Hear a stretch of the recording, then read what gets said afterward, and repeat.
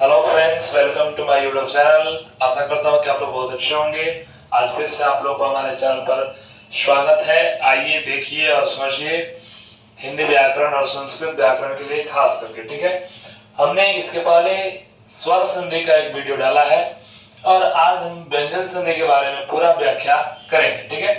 तो व्यंजन संधि किसे कहते हैं, व्यंजन संधि कितने प्रकार के होते हैं, व्यंजन संधि के बारे में पूर्णतः व्याख्या करेंगे, ठीक। पूरा निचोड़ निकालेंगे और व्यंजन संधि के बारे में कुछ भी बाकी नहीं लगेगा। बिना समय को व्यर्थ किए चलते हैं अपने टॉपिक पर, व्यंजन संधि, ठीक है।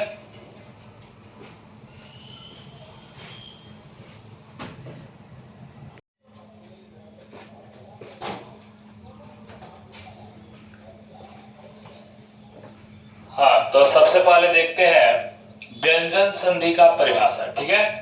व्यंजन संधि का परिभाषा क्या होता है? स्वर या व्यंजन वर्णों के कारण व्यंजन वर्ण में जो परिवर्तन होता है व्यंजन संधि कहलाता है। स्वर या व्यंजन वर्णों के कारण, ठीक है। इसका मतलब ये है कि स्वर या व्यंजन मतलब क से लेकर के ह तक वाले वर्णों को व्यंजन वर्ण कहते हैं और अ से लेकर के अ तक के वर्णों को स्वर वर्ण कहते हैं। तो स्वर वर्ण के कारण या फिर व्यंजन वर्ण के कारण जब व्यंजन वर्ण में जो परिवर्तन होगा तो उसको व्यंजन संधि कहते हैं। ये हुआ हमारा परिभाषा। खैर, अभी देखते हैं उदाहरण देखेंगे तो और जल्दी समझ में आएगा। जैसे यदि हम लिखते हैं अच जोड़ अंत, अच प्लस अंत, तो यहां पर देखिए, यहां पर व्यंजन वर्ण है, यहां पर स्वर वर्ण है। तो स्वर या व्यंजन वर्ण के कारण देखिए, तो स्वर वर्ण भी है और व्यंजन वर्ण भी है। स्वर या व्यंजन वर्णों के कारण व्यंजन वर्ण में जो परिवर्तन होता है, यहाँ पर व्यंजन वर्ण में जो परिवर्तन होता है, इसी यहाँ पर देखिएगा, इसका संधि होता है अजंत। तो यहाँ पर च व्यंजन वर्ण है, ये स्वर वर्ण है, तो व्यंजन वर्ण में परिवर्तन हुआ। व्यंजन वर्ण में जो परिवर्तन होता है व्यंजन संधि कहलाता है। तो इसको हम लोग व्यंजन संधि कहेंगे। बात समझ में आया? स्वर या व्यंजन वर्णों के कारण व्यंजन वर्ण में जो परिवर्तन होता है उसे व्यंजन संधि कहते हैं। यहाँ पर ये रहा हमारा एक उदाहरण के तौर पर, ठीक है। और भी सारे हम ले सकते हैं व्यंजन संधि का उदाहरण। उत जोड़ लास बराबर उल्लास, ठीक है। ये रहा हमारा व्यंजन वर्ण का व्यंजन संधि का परिभाषा और व्यंजन संधि के लिए उदाहरण। अब हम लोग व्यंजन संधि का वर्गीकरण देखते हैं कि वो किस आधार पर किया गया है और कैसे किया गया है। व्यंजन संधि को निम्नलिखित 12 नियमों द्वारा बताया गया है। व्यंजन संधि को प्रकार के द्वारा नहीं बताया गया कि व्यंजन संधि 5 प्रकार के होते हैं, 2 प्रकार के होते हैं, नहीं, नियम के अनुसार बताया गया है। स्वर संधि को प्रकार के अनुसार बताया गया है। पिछले वीडियो में हमने बताया है कि स्वर संधि 5 प्रकार के होते हैं, लेकिन व्यंजन संधि को नियम के अनुसार बताया गया है और वो 12 नियम यहाँ पर निम्नलिखित है। जिसमें पहला नियम है झलाम जसो अंते, दूसरा नियम है अचोरहाभ्याम द्वे, तीसरा नियम है समः सुटी, चौथा नियम है यरो नुनासिके नुनासिको वा, यरो नुनासिके नुनासिको वा, पांचवा नियम है झयो हो अन्यतरस्याम, छठा नियम है छे च, सातवां नियम है मो अनुस्वार, आठवां नियम है स्टोहो स्टुनाष्टु, नौवां नियम है स्तोहो स्टुनाश्चु, 10वां नियम है तोरली, 11 नंबर नियम है नमो ह्रस्वादचि गुण नित्यम, नमो ह्रस्वादचि गुण नित्यम, 12 नंबर नियम है सस छोटी, सस छोटी।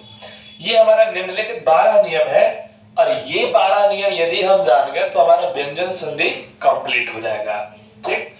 अब क्या करेंगे हम लोग, नियम के अनुसार और क्रमागत अर्थात लाइन से हम लोग एक एक नियम को पढ़ेंगे, एक एक नियम को समझेंगे, बिल्कुल आसान तरीका से, ठीक है। तो चलते हैं हम लोग। तो हमारा जो 1 नंबर वाला नियम है झलाम जसो अंते, ये झलाम जसो अंते नियम क्या कहता है इसको देखेंगे। यदि वर्ग के प्रथम वर्ण के बाद, यदि वर्ग के प्रथम वर्ण के बाद किसी वर्ग का तृतीय चतुर्थ वर्ण रहे, ठीक है, या न ल व रहे, या कोई स्वर वर्ण रहे, तो प्रथम वर्ण का उसी वर्ग का तृतीय वर्ण हो जाता है। ध्यान से देखिए, यदि वर्ग के प्रथम वर्ण के बाद हम कोई एक प्रथम वर्ण ले लेते हैं, कोई एक प्रथम वर्ण ले लेते हैं, मान लेते हैं हम प्रथम वर्ण का मतलब होगा क च ट त प, ये हमारे प्रथम वर्ण है, ठीक है। मान लीजिए मेरा क होगा, एक प्रथम वर्ण को ले लेते हैं, ठीक। प्रथम वर्ण के बाद किसी वर्ग का तृतीय चतुर्थ वर्ण रहे या यरलव रहे, मतलब इसके बाद तृतीय या चतुर्थ ले लेते हैं, मतलब तृतीय वर्ण कोई भी ले लेते हैं, कोई तृतीय वर्ण लेते हैं, मान लीजिए ज एक तृतीय वर्ण है, च छ ज, तृतीय वर्ण में कौन कराएगा, पहले हम लोग वर्ण को देखते हैं। प्रथम वर्ण में कौन कौन आएगा, द्वितीय वर्ण में कौन कौन आएगा और तृतीय वर्ण में कौन कौन आएगा। प्रथम, द्वितीय, तृतीय, चतुर्थ और पंचम, ठीक है। अब देखिए प्रथम वर्ण में आएगा क च ट त प, द्वितीय में आएगा ख छ ठ थ फ, तृतीय में आएगा ग ज ड द ब, और चतुर्थ में आएगा घ झ ढ ध भ, पंचम में आएगा ङ य ण न म, ठीक है। ये हमारा प्रथम वर्ण है, ये द्वितीय वर्ण है, तृतीय, चतुर्थ और पंचम सब सामने, ठीक। अब देखिए, अब इसको समझने की आवश्यकता नहीं है। एक हम ले लेते हैं प्रथम वर्ण, तो प्रथम वर्ण हम ले लिए, कोई तृतीय वर्ण ले लीजिए, तृतीय वर्ण इतना है ना, कोई एक, मान लीजिए द है, द को ले लेते हैं। अब मिलेगा तो क्या होगा, रहे या कोई स्वर वर्ण रहे, तो प्रथम वर्ण, रिजल्ट यहां से शुरू हुआ है, रिजल्ट प्रथम वर्ण का उसी वर्ग का तृतीय वर्ण हो जाता है। मतलब ये जो प्रथम वर्ण है ना, प्रथम वर्ण का उसी वर्ग का, उसी वर्ग का मतलब क है तो क वर्ग का, त है तो त वर्ग का, च है तो च वर्ग का, उसी वर्ग का तृतीय वर्ण हो जाता है। तो क है तो क वर्ग का तृतीय वर्ण होगा तो ग हो जाएगा। तो ये दोनों मिलेगा तो क्या होगा, ऐसा रूप बनेगा, क चेंज हो जाएगा ग में। बात समझ में आया, क्यों चेंज होगा, क्योंकि बाद में तृतीय वर्ण आया है, बाद में तृतीय वर्ण आया है। यदि कोई चतुर्थ वर्ण भी आ जाए, मान लीजिए यहाँ पर चतुर्थ वर्ण भी है, तो भी चेंज होगा, तो भी क्या होगा, ऐसा रूप बनेगा। हालांकि जब हम लोग उदाहरण से समझेंगे तो उदाहरण समझ में, जैसे उदाहरण देखते हैं इसका, ये इसका स्ट्रक्चर है, उदाहरण जब देखेंगे तो और क्लियर होगा। ऐसे देखते हैं उदाहरण, जगत प्लस ईस बराबर बनेगा जगदीश। कैसे बना, ध्यान दीजिए, यहाँ पर हमारा तो जो है वो प्रथम वर्ण है, तो क्या है, प्रथम वर्ण है। नियम कह रहा है कि यदि वर्ग के प्रथम वर्ण के बाद, प्रथम वर्ण के बाद, प्रथम वर्ण तो है, इसके बाद किसी वर्ग का तृतीय चतुर्थ वर्ण रहे, ठीक है, तो तृतीय चतुर्थ वर्ण तो नहीं है, तृतीय चतुर्थ वर्ण तो ये सब है ना, तो तृतीय चतुर्थ वर्ण नहीं है।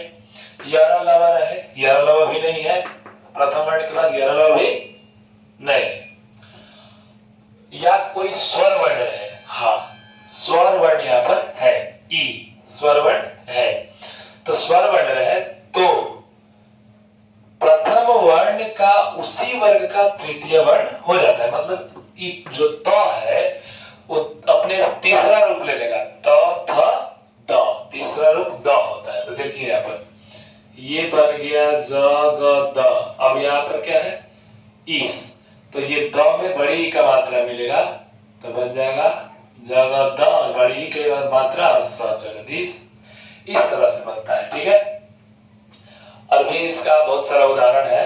यदि हम देखें तो तत् जो रूपम बराबर तद्रूपम, बात सुन रहे हैं? ठीक है, इस तरह से हमारा जो है इसका उदाहरण हमको देखने को मिलता है। ठीक है, अब जैसे और भी सारा है, तत् जोड़ भाव, यहाँ पर चतुर्थ वर्ण, प्रथम वर्ण के बाद चतुर्थ वर्ण है, प्रथम वर्ण के बाद चतुर्थ वर्ण आया है, तो क्या हो जाएगा, तद भाव में बदल जाएगा, तद भाव। बात समझ में आया? ठीक, तो ये रहा हमारा झलाम जसो अंते नियम। ठीक है, तो दूसरा नियम है, पहला नियम झलाम जसो अंते हम लोग जानेंगे। दूसरा नियम जो है हमारा अचोरहाभ्याम द्वे, अचोरहाभ्याम द्वे नियम क्या कहता है देखते हैं। ठीक है, र या ह के बाद, र या ह के बाद ऊष्म वर्णों को छोड़कर अन्य व्यंजन वर्णों का द्वित्व विकल्प से द्वित्व होता है। ठीक है, फिर से एक बार, र या ह के बाद अर्थात र या ह के बाद ऊष्म वर्णों को छोड़कर अन्य व्यंजन वर्णों का विकल्प से द्वित्व होता है, ये हमारा दूसरा नियम कहता है। सबसे पहले हम लोग को ऊष्म वर्ण जानना होगा। ऊष्म वर्ण, ऊष्म वर्ण क्या है? ठीक है, ऊष्म वर्ण चार होता है। ऊष्म वर्ण कौन कौन है? चार को, तालव्य श, मूर्धन्य श, दंत्य स और ह, ये हुआ हमारा ऊष्म वर्ण। ठीक है, तो इसको छोड़ करके और कोई भी व्यंजन वर्ण यदि आ रहा है र या ह के बाद तो उसका द्वित्व होता है।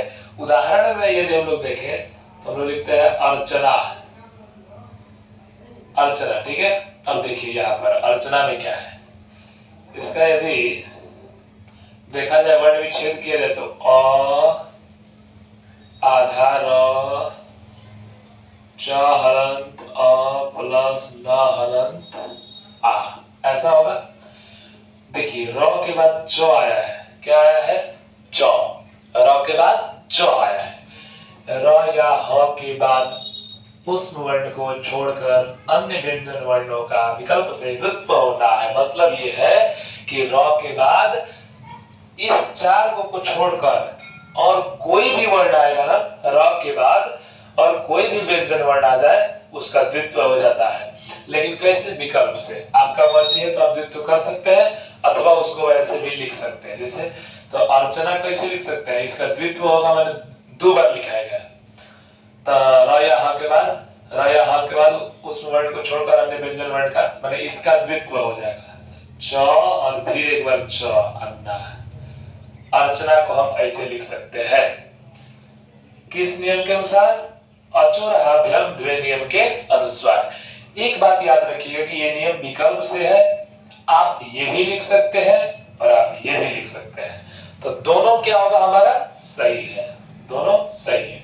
अभी हम लिखते हैं कर्म, कर्म ऐसे हम लोग लिखते हैं, लेकिन देखिए इसमें भी क हलंत प्लस अ, क हो जाएगा, आधा र है तो उसके लिए रेफ र कर दिया, और म तो पूरा है।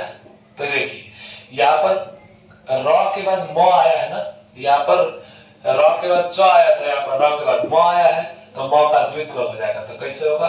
म दो बार लिख देंगे तो हो जाएगा कर्म। बात समझ में? उसी तरह से हम लिखते हैं सर्व। सर्व में देखिए स हलंत प्लस अ, र हलंत क्योंकि र आधा है, व हलंत प्लस अ, ये हुआ सर्व का। स तो स हो गया। देखिए र के बाद क्या है? व, तो व का द्वित्व हो जाएगा, तो हो जाएगा सर्व। ऐसे भी लिख सकते हैं और ऐसे भी लिख सकते हैं, दोनों सही है, दोनों क्या है? सही है। ठीक, इस यह अचोरहाभ्याम नियम यही कहता है कि द्वित्व हो जाएगा। र या ह के बाद कोई भी वर्ण आएगा उस वर्ण को छोड़ करके तो उस व्यंजन वर्ण का द्वित्व हो जाएगा, मतलब वो दोबारा लिखा जाएगा। ठीक है, चलिए अब इसके बाद हम लोग 3 नंबर वाला नियम देखते हैं। जो हमारा तीसरा नियम है वो है समःश्रुति। ठीक, हम लोगों ने एक नंबर वाला नियम देख लिया, 2 नंबर वाला भी देख लिया, अब तीसरा, 2 नंबर भी खत्म है, चलो ध्यान दे। अब तीसरा है समः सुटी। तीसरा जो नियम है वह है समः सुटी। समः सुटी नियम क्या कहता है, देखिए, यदि सम के बाद क्री धातु से निष्पन्न कोई शब्द हो तो म का अनुस्वार और स का आगमन होता है। इसमें 2 काम होता है, म का अनुस्वार होता है और स का आगमन होता है। कब होगा, कंडीशन क्या है, तो सम के बाद क्री धातु से निष्पन्न कोई शब्द होना चाहिए। उदाहरण देखते हैं, सम प्लस कार बराबर संस्कार। कैसे बना, ध्यान दीजिए। सम नियम ही कह रहा है कि यदि सम के बाद, तो सम के बाद क्री धातु से निष्पन्न कोई शब्द, क्री धातु से निष्पन्न कोई भी शब्द, क्री धातु का अर्थ होता है करना, क्री धातु मतलब करना, तो क्री धातु से निष्पन्न कोई शब्द है ना, जैसे कार, कृति, करण, ये सब क्री धातु से निष्पन्न शब्द है। ठीक है, कार क्री धातु से निष्पन्न शब्द है, क्री धातु से बना हुआ शब्द है। तो सब धातु के बाद, यदि सब के बाद क्री धातु से निष्पन्न कोई शब्द हो तो म का अनुस्वार रहते हैं, जो म है ना इसका अनुस्वार हो जाता है, तो स म का अनुस्वार हो गया, इसको हम लोग अनुस्वार कहते हैं। आ स का आगमन होता है, मतलब एक स एक्स्ट्रा आ जाता है, वहां पर आ गया, आगमन हो गया, और तब लास्ट वाले का सेम में उतार देंगे, तो संस्कार है। अभी देखते हैं, सम जोड़ कृति, देखिए ये तो स का स रहेगा, म का अनुस्वार हो जाएगा, एक और स का आगमन हो जाएगा, और कृति का कृति, सम जोड़ कृति और संस्कृति, सम जोड़ करण, ठीक है, सम जोड़ करण, स का स इस म का अनुस्वार हो जाएगा, एक और स का आगमन होगा, करण का करण, सम जोड़ कृत, स का स, म का अनुस्वार और एक और स का आगमन, कृत का कृत, तब बना संस्कृत। इस तरह से यदि कोई पूछता है आपसे कि संस्कृत का संधि विच्छेद क्या होगा, तो समजोड़ कृत, संस्करण का संधि विच्छेद क्या होगा, तो समजोड़ करण। देखिए सब में क्या है कि सम के बाद क्री धातु से निष्पन्न कोई ना कोई शब्द है, क्री धातु से निष्पन्न शब्द रहेगा सम के बाद, तो क्या होगा, म का अनुस्वार हो जाएगा। देखिए सब में ये वाला म का अनुस्वार हो गया है, सब में म का अनुस्वार हो गया है यहाँ पर, और एक और स का आगमन हो जाएगा, दंत्य स का आगमन हो रहा है। देखिए सब में एक्स्ट्रा एक और स लगा है कि नहीं लगा है, सब में आगमन होगा। ठीक है, इस तरह से हमारा समासोटी नियम भी समाप्त होता है। ठीक है,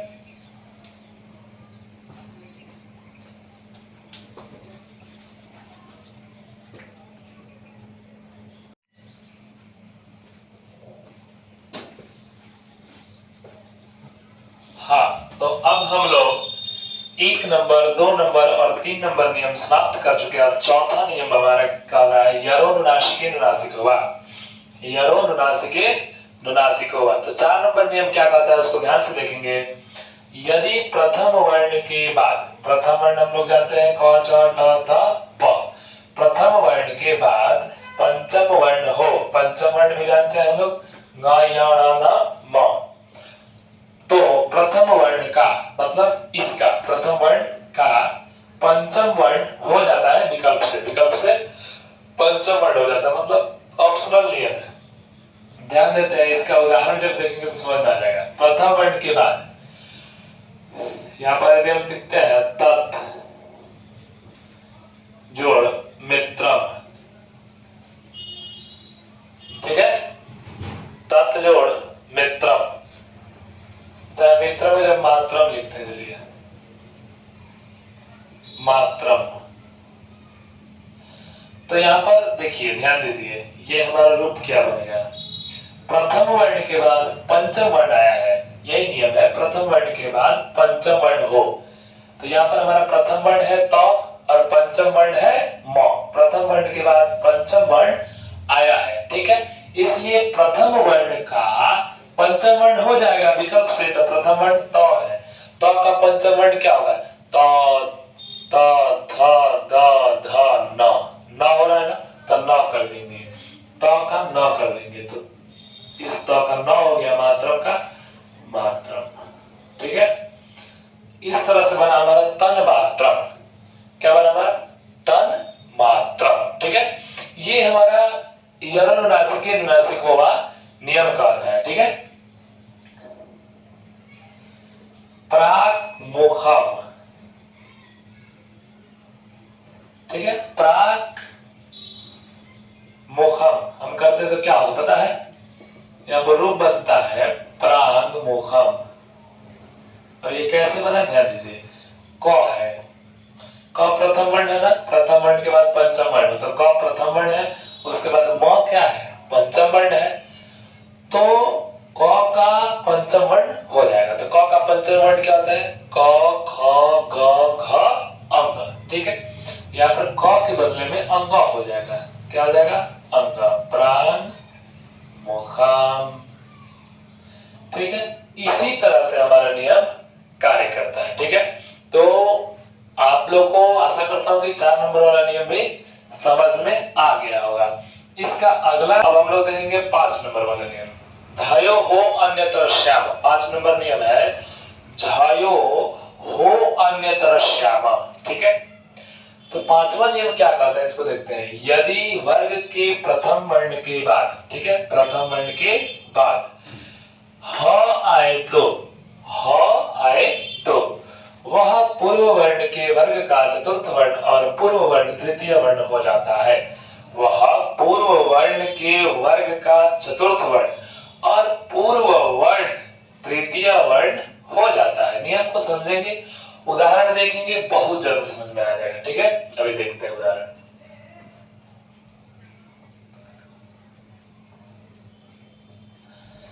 जैसे हमारा एक उदाहरण है उत जोड़ हृत, और ये बनता है उधृत। ठीक है, कैसे बना है ध्यान देंगे। यहाँ पर यदि वर्ग के प्रथम वर्ण के बाद, देखिए त प्रथम वर्ण है ना, त के बाद आया है ह, के बाद ह आए। ठीक है, तो ह भी आया है, प्रथम वर्ण के बाद ह आया है। ठीक है, तो वह पूर्व वर्ण, अब पूर्व वर्ण का मतलब क्या हो? दो वर्णों का बात हो रहा है, त का और ह का। तो पूर्व वर्ण कौन है? मतलब पहला वर्ण, तो त है पहला वर्ण। ठीक है, पूर्व वर्ण के वर्ग का चतुर्थ वर्ण। ठीक है, इसका चतुर्थ क्या होगा? ध। क्या होगा? ध। ठीक है, तो ये जो कहने का मतलब ये है कि ह आए तो वह बने ह, वह बने ह, ह का चेंजिंग होगा इसके चतुर्थ वर्ण से, इसके चतुर्थ वर्ण से। ठीक है, और पूर्व वर्ण तृतीय वर्ण हो जाता है। पूर्व वर्ण क्या है? त है, त का तृतीय क्या होगा? द होगा, त का तृतीय द होगा। और ह जो है, ह वह पूर्व वर्ण के वर्ग का चतुर्थ वर्ण हो जाएगा, माने तो के चतुर्थ क्या होता है? ध होता है, वो हो जाएगा। ठीक है, और इधर क्या है? अब बचा इधर, इधर ह तो खत्म हो जाएगा, ह में री का मात्रा है, रित हो जा। अब इसको जब मिलाएंगे, देखिए उ हुआ, उ के बदले त के बदले द हुआ है, क्योंकि पूर्व वर्ण तृतीय वर्ण हो जाता है। तो त थ द, और ह के बदले ध हुआ है, ह के बदले क्या हुआ है? ध हुआ है। क्यों? क्योंकि पूर्व वर्ण के वर्ग का चतुर्थ वर्ण हो जाता है ह। तो देखिए यहाँ पर ध हो गया, अब इसको मिलाएंगे ना तो ये ऐसा होगा, और ध में री का मात्रा है, तो ध लिख के और री का मात्रा दे दिए और द, तो फिर हमारा रूप बना उद्धृत। क्या बना? उद्धृत। ठीक है, अच्छा अभी इसी के अब हम लिखते हैं उत जोड़ हार, उत जोड़ हार। तो क्या होगा?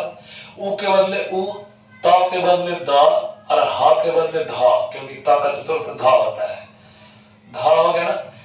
तो और आकार है तो आकार, और र का र। इसको बढ़िया से जब लिखेंगे तो कैसे लिखाएगा? ऐसे लिखाएगा, उद्धार। समझ में आया? फिर आगे देखते हैं। ठीक है, इस तरह से ये जो नियम है वो काम करता है। झयो हो अन्यतर श्याम। और एक उदाहरण देखते हैं, तत् जोड़ हित। तत् जोड़ हित, इस त के बदले त, इस त के बदले द, इस ह के बदले क्या आ जाएगा ध, ई का मात्रा है तो ई और त का त, इसको मिलाएंगे तो कैसे बनेगा तद्धित, तद्धित। ठीक है, यदि कोई पूछता है कि तद्धित का संधि विच्छेद कीजिए तो क्या होगा तत् जोड़ हित, उद्धार का संधि विच्छेद क्या होगा उत जोड़ हार, उद्धृत का उत जोड़ हृत। इस तरह से झय हो अन्यतर श्यामा जो 5 नंबर वाला नियम है वो काम करता है। इसके बाद 1 2 3 4 5 नियम समाप्त हो चुका है। अब हम लोग छठा नियम को देखेंगे और छठा नियम क्या है छेद च। ठीक है, छेद च नियम क्या कहता है इसको ध्यान से देखेंगे। ठीक, ह्रस्व स्वर के बाद छ हो तो छ के पहले च का आगमन होता है। बहुत सिंपल नियम है, बहुत आसान नियम है। ह्रस्व स्वर कौन से है पहले इसको हम लोग देखेंगे। ह्रस्व स्वर कौन कौन से, तो अ ई उ री, ये 4 हमारे ह्रस्व स्वर होते हैं। ह्रस्व स्वर के बाद, ह्रस्व स्वर के बाद छ हो तो छ के पहले च का आगमन होता है। ठीक है, तो देखिए हम इसका एक उदाहरण लेते हैं, अनुजोड़ छेद। अब इसको हम लोग बनाएंगे, कैसे बनता है। ठीक है, यहाँ पर ऊ का मात्रा नौ के बाद क्या है ऊ है, लास्ट में ऊ है ना, और ऊ के बाद छ आया है, माने ह्रस्व स्वर के बाद छ आया है। देखिए ऊ ह्रस्व स्वर है, ऊ का मात्रा यहाँ पर है ना लास्ट में, और उसके बाद छ आया है, तो ह्रस्व स्वर के बाद छ आ गया। ठीक है, तो उसके बाद क्या होगा छ के पहले च का आगमन हो जाएगा, मतलब एक एक्स्ट्रा च आ जाएगा। जैसे अनु का अनु रहेगा, ठीक है, और छेद भी रहेगा वैसे, लेकिन छ के पहले च का आगमन हो जाएगा, मतलब एक च आ जाएगा। सिंपल सा, इतना सिंपल नियम है। ठीक है, कोई भारी नियम नहीं है। अब इसको हम लोग देखते हैं परिप्लस छेद। ठीक है, परिप्लस छेद। अब देखिए यहाँ पर र के मतलब र के बाद ई का मात्रा है, र में ई का मात्रा है ना, ह्रस्व ई। तो यहाँ पर देखिए ई भी क्या है ह्रस्व स्वर है, तो ह्रस्व स्वर के बाद छ हो, तो ह्रस्व स्वर के बाद छ आ गया, तो यहाँ पर क्या हो जाएगा, जैसे परी का परी रहेगा, छेद का छेद भी रहेगा, लेकिन एक च का आगमन हो जाएगा। बात समझ में आया क्यों आगमन हुआ, क्योंकि ह्रस्व स्वर के बाद छ का आगमन, छ हो तब, ह्रस्व स्वर के बाद छ हो तो छ के पहले च का आगमन होता है, ये नियम है। ठीक है, और भी एक देख लेते हैं, वी जोड़ छेद, तो फिर वी का वी रहेगा और एक च का आगमन हो जाएगा, छेद का छेद रहेगा। बात ठीक है। राज जोड़ छत्रम, ठीक है, राज जोड़ छत्रम, तो राज में देखिए ज के बाद अ है, तो इसमें भी ह्रस्व स्वर का मात्रा है, और उसके बाद छ भी आ गया, तो क्या हो जाएगा, एक च का आगमन हो जाएगा और सब सेम का सेम में रहेगा, कोई दिक्कत। इस तरह से हमारा 6 नंबर वाला नियम 6 च भी समाप्त होता है। ठीक है, 6 नंबर वाला नियम। अब हम लोग 7 नंबर वाला मनुस्वारा नियम को देखेंगे। ठीक है, नंबर नियम क्या है, मोनुस्वारा। मोनुस्वारा नियम क्या कहता है, ध्यान से देखेंगे, यदि म के बाद, यदि म हलंत के बाद कोई व्यंजन वर्ण हो तो म हलंत का अनुस्वार हो जाता है। बहुत आसान नियम, और पूरा व्यंजन संधि का सबसे आसान नियम म अनुस्वार। यदि म हलंत के बाद कोई व्यंजन वर्ण हो तो म हलंत का अनुस्वार हो जाता है। बिल्कुल सिंपल नियम। मान लीजिए हम लोग लिखते हैं संहार, सम प्लस हार, तो जानते हैं क्या बनेगा इसका, ये म हलंत है, म हलंत के बाद कोई व्यंजन वर्ण, ह व्यंजन वर्ण है, तो म का क्या हो जाएगा, अनुस्वार हो जाएगा, और सब उसी तरह रहेगा, संहार। बात समझ में, यही तो नियम कह रहा है।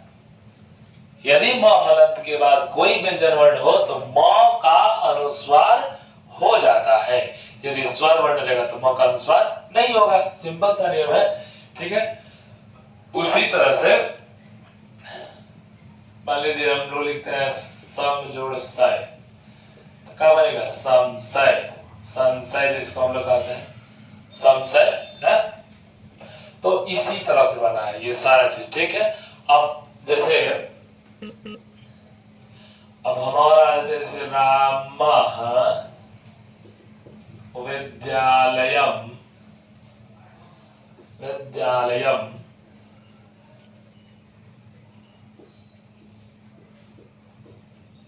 गच्छति, एक ये लिखते हैं और एक ऐसा लिखते हैं, रामः विद्यालयम गच्छति। तो कितना लोग कहेंगे कि दोनों सही है, ठीक है। देखिए दोनों में अंतर क्या है, यहाँ पर म का म लिखे और यहाँ पर म का अनुस्वार किए हैं, बाकी सब सेम है, लेकिन ये वाला हमारा गलती और ये वाला सही है। क्यों? क्योंकि म अनुस्वार नियम क्या कहता है कि यदि म हलंत के बाद कोई व्यंजन वर्ण हो, म हलंत के बाद कोई व्यंजन वर्ण हो तो म का अनुस्वार हो जाता है, इसलिए मैंने म का अनुस्वार कर दिया। तो ये वाला लिखावट सही है और ये वाला लिखावट गलत है। इस तरह से ध्यान देना होगा, ठीक है। म अनुस्वार नियम कोई भारी नियम नहीं है। ये आप लोग समझ गए होंगे यहाँ पर संभार कैसे बना है, संशय कैसे बना है। अब हमारा 8 नंबर वाला नियम है स्टोहोस्टुनास्टु। 8 नंबर वाला नियम है स्टोहोस्टुनास्टु, ठीक है। और स्टोहोस्टुनास्टु नियम क्या कहता है ये देखते हैं, ठीक है। यदि स मूर्धन्य श हलंत, ठीक है, यदि मूर्धन्य श हलंत के बाद त हलंत या थ हलंत आए तो क्रमशः ट या ठ हो जाता है, ठीक है।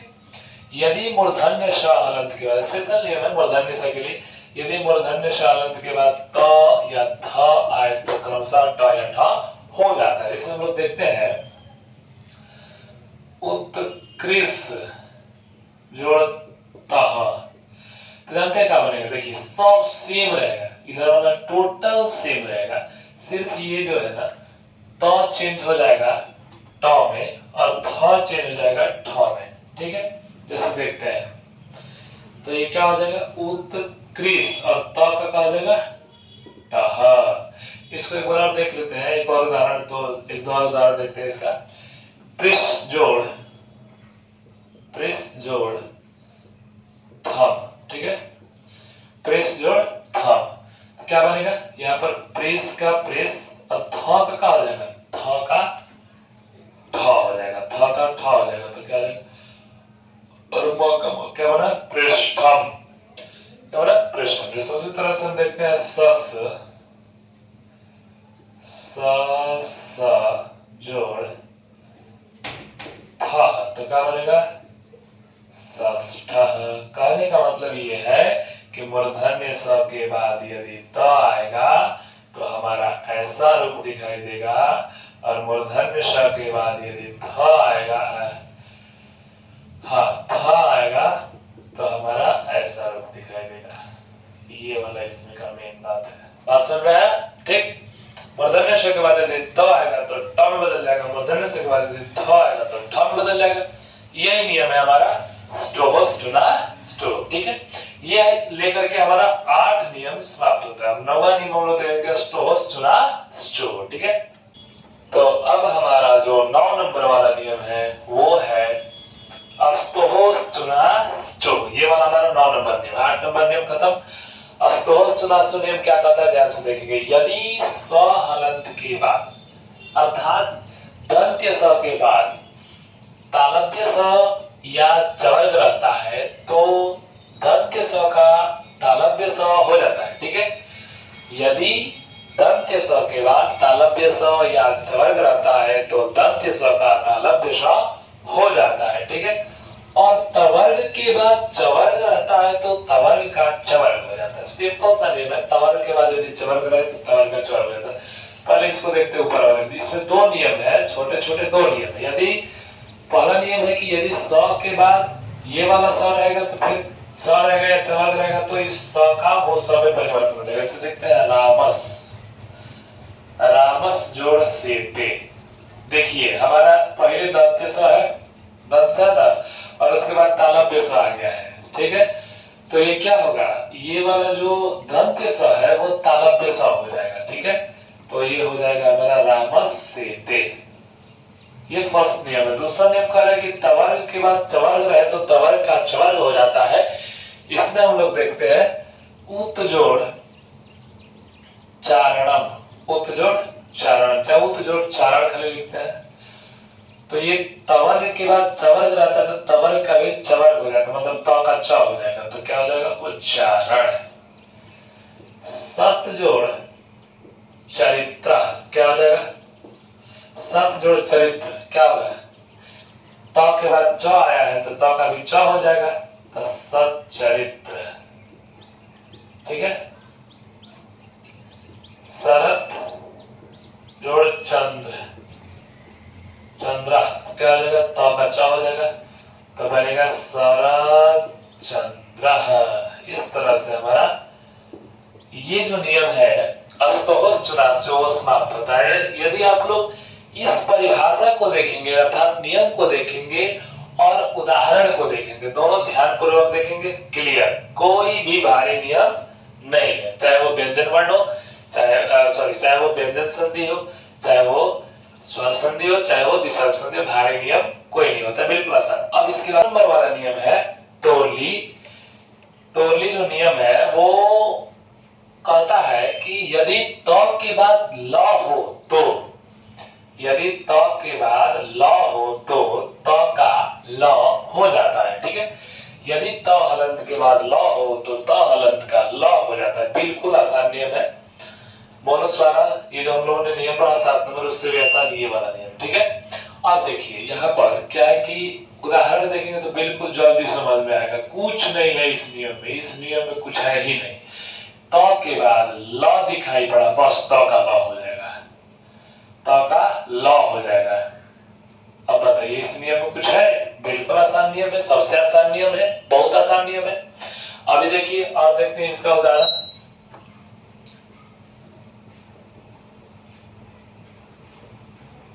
उत जोड़ ले, फिर त का क्या हो जाएगा, ल हो जाएगा, क्योंकि त के बाद ल है। बात समझ में आया, ठीक है। अब देखिए इसे उसी तरह से उत जोड़